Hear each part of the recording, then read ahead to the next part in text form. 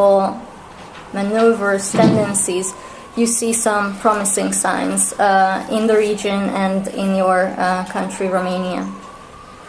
Thank you very much for the invitation, and I would like to present you a short description of the civil society actions and militantism in Romania. But this is reversing a little bit the way I organized my paper.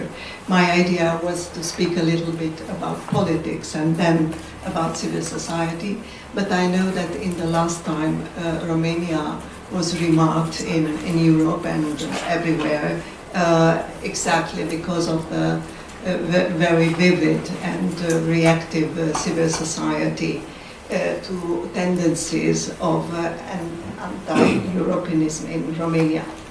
As you might know, the civil society in Romania started in the 90s with anti-communist dissidents and the Romanian opponents to the Ceausescu regime, but also pro-European intellectuals. And it is a specific of Romania that these initial civic movements after the fall of communism did not really organize in a political party. They preferred to be a civic militant movement and to influence political parties. So in the first stages we were organized to support the so-called historical parties in Romania. This is another specificity. Then the interwar parties, the Christian Democrats and the Liberals and the Social Democrats came to reorganize themselves. Then it was first a period of militantism until 96, when we succeeded to have our first non-communist government and the first civic president, Emil Constantinescu, rector of the university in Bucharest. And the Civic Alliance movement and many other civic groups in Romania were extremely dedicated to advocating for European and NATO integration. And we were organizing, putting pressure, I would say, on the political forces of Romania, even those who were democratic, to have this focus on priorities, on strategic priorities of Romania's integration into European Union. How the civil society today is a little bit similar and also different from the roots of the civil society in the 90s, where we were beginners and today we are veterans.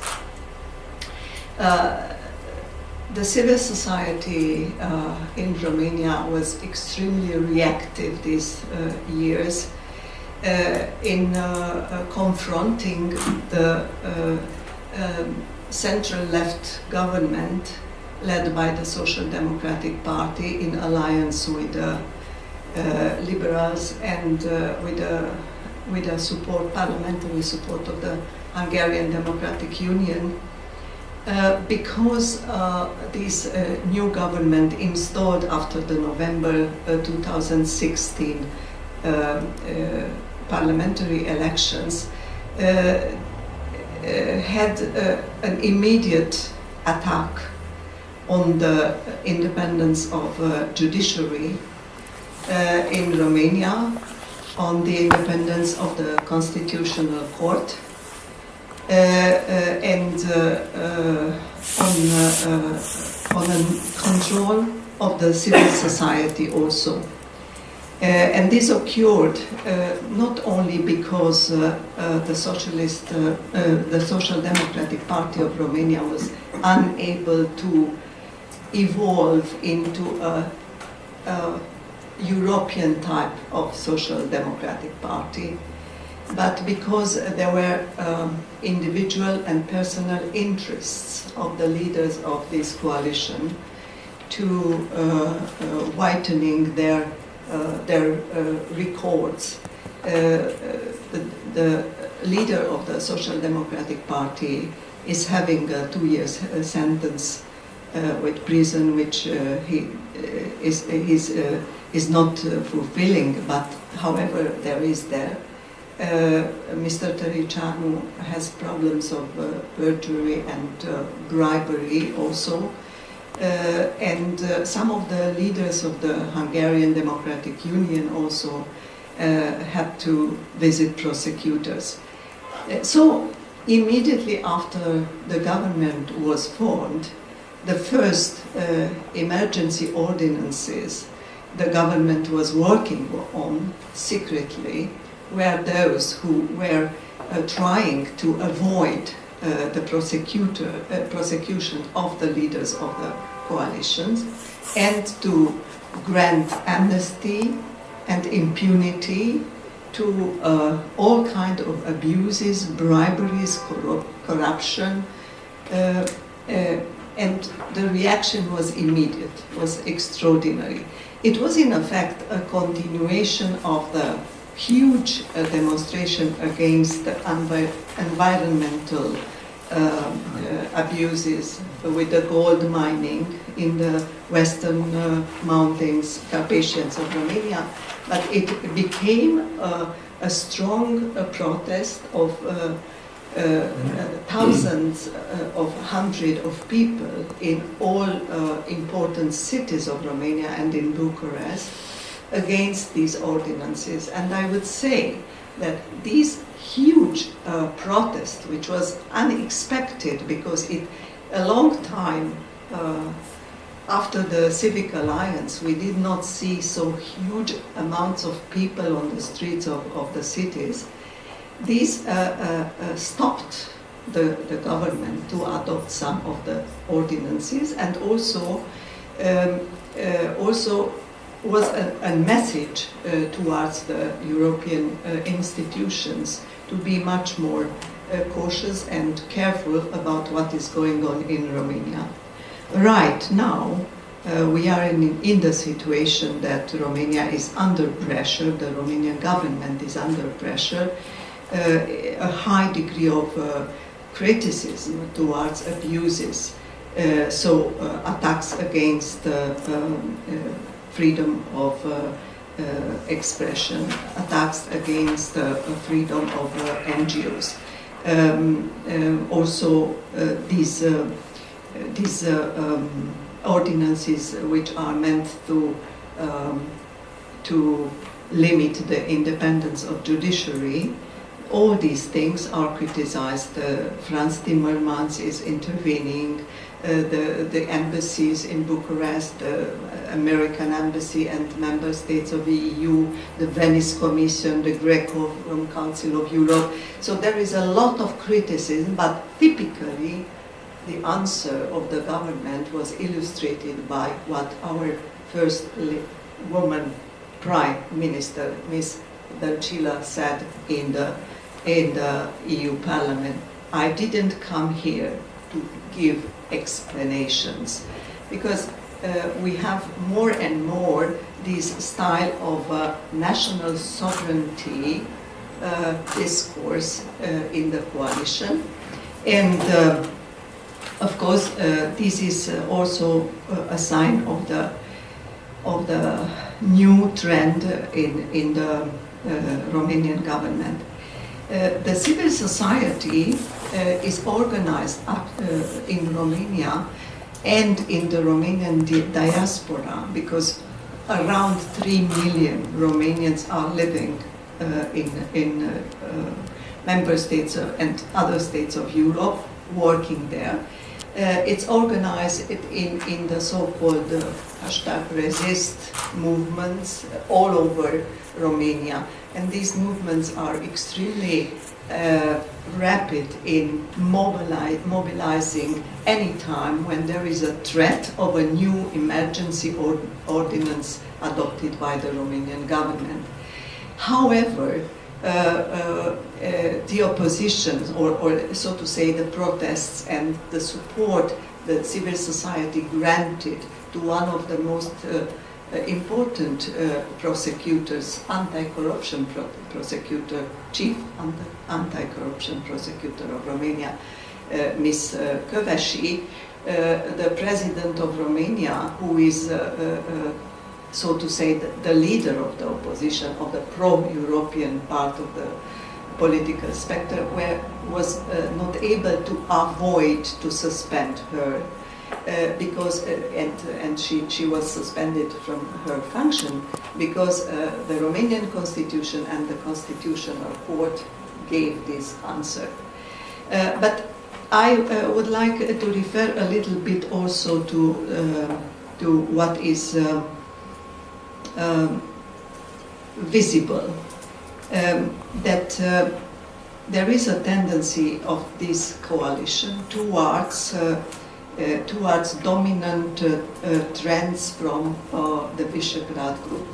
So we see much every moment a little bit a step towards anti-Sorosism, which is mostly illustrated in the media who is close to the government. Illiberalism, control of the NGOs. But also, I would say, if we look to the two blocks of politics in Romania, we see that there is the pro-illiberal group of the government, and they are also, in the same time, much more pro-Trump than pro-European. And they feel that the security problem of Romania, it's in the hand of the NATO. It is very good, but they have a kind of perpetual contradictions with the European institutions, and they try to avoid any kind of advices coming from the European Union or the Parliament or the Commission or the Council of Europe to improve our relations, the way they are relating to the independence of judiciary. I would say that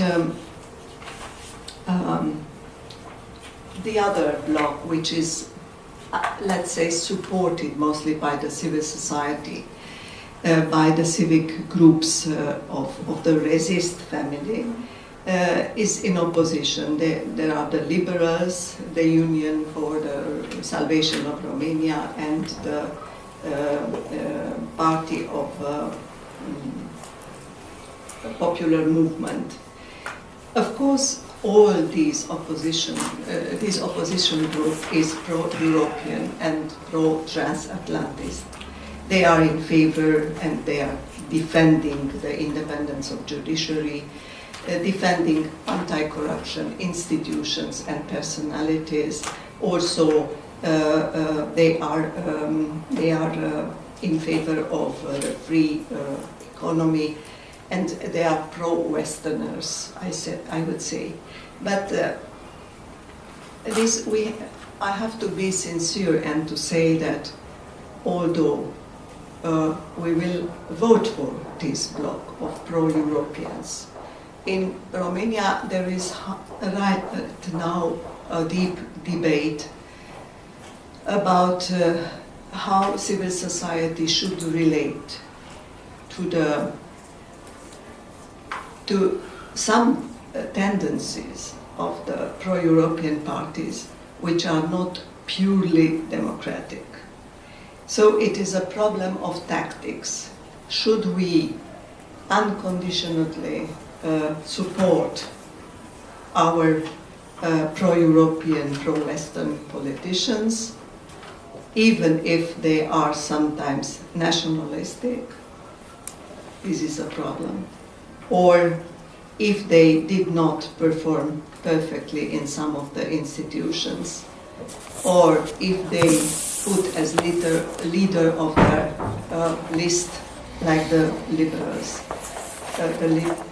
on the list, the first on the list for the European elections is a journalist, a TV journalist from Cluj, Kolozsvár, who is really well known for his relativization of Holocaust sometimes, and even of also his aggressive nationalism. So I think that right now the Romanian civil society has a problem with these tactics, what to do. On one hand, and we have discussion among us, perhaps it's a problem of generations also, I don't know. But on one hand, they would say useful idiots are those from the civil society which are ready to support without any conditions the pro-European, those parties which declare themselves to be pro-European, but in their everyday politics they also have non-democratic gestures. Or should we just avoid the danger of having a continuation of this government, which is it's anti-European, it's in a way pro-Russian. It follows the idea of Mr. Trump to move the Romanian embassy to Jerusalem, and in general does not respect the values of the European Union. So I will stop here. Thank you. Thank you very much. I think you have raised many important